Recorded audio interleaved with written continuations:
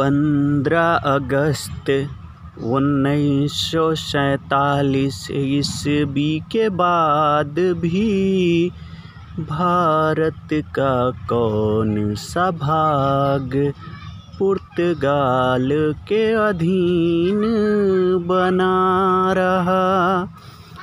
बोलो ना कौन सा भाग बना रहा। जरा सोच के बताओ, दिमाग पे जोर डाल के बताओ, उत्तर क्या होगा। बोलो ना उत्तर क्या होगा। उत्तर गोवा होगा, उत्तर गोवा होगा।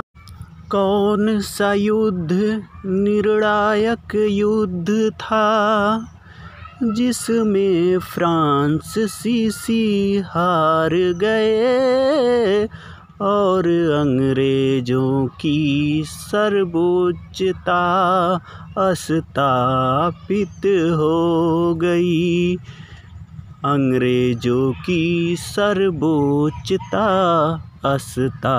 स्थापित हो गई। बोलो ना आंसर क्या होगा। हो बोलो ना आंसर क्या होगा।